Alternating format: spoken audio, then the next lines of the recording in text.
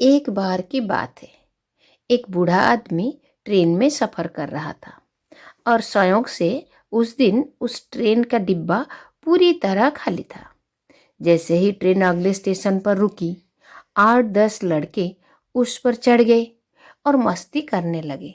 उनमें से एक को मस्ती सूझी और बोला कि चलो चेन खींचते हैं। दूसरे ने कहा कि बिना किसी कारण के चेन खींचने के लिए यहाँ 500 रुपये का जुर्माना लिखा है। इसमें तीसरा ने कहा कि चलो हम सब मिलकर चंदा इकट्ठा करते हैं। जब उन्होंने सभी से चंदा लिया तो 500 के बदले 1200 रुपये जमा हो गए, जिसमें 3 नोट 200 रुपये के, 2 50 के और बाकी 100 के थे।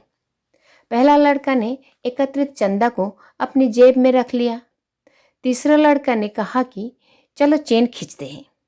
अगर कोई कुछ कहता है तो हम कहेंगे कि इस बूढ़े ने चेन खींची है, ताकि किसी को कुछ भुगतान करना नहीं पड़ेगा और हमारे पैसा भी बच जाएंगे।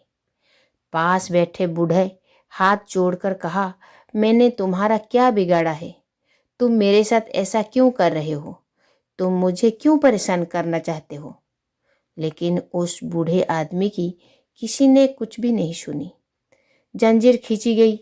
टीटी आया, सिपाही को साथ लाया था।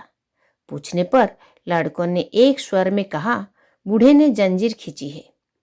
टीटी ने बूढ़े से कहा, क्या तुम्हें इस उम्र में इस तरह की हरकत करने में शर्म नहीं आती?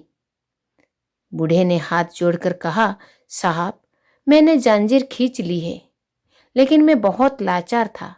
किसी कारण से मैंने जंजीर खींच ली। टीटी ने पूछा, क्या मजबूरी थी? बूढ़े ने बहुत उदास स्वर में कहा, साहब, मेरे पास केवल 1200 रुपये थे, जो इन लड़कों ने छीन लिए और इससे पहले लड़कों ने अपनी जेब में इसको रख लिया, जिसमें से 200 के 3 नोट, 50 के 2 नोट और सभी 100 के हैं। अब टीटी के पास खड़े सिपाही ने कहा, इनकी तलाशी लेता हूँ। लड़के की जेब में 1200 रुपये बराबर हुए। बूढ़े ने कहने पर नोट मिल गए और बूढ़े की बात सच साबित हुई। पैसे बूढ़े को लौटा दिए गए और लड़कों को अगले स्टेशन पर पुलिस को सौंपा दिया गया।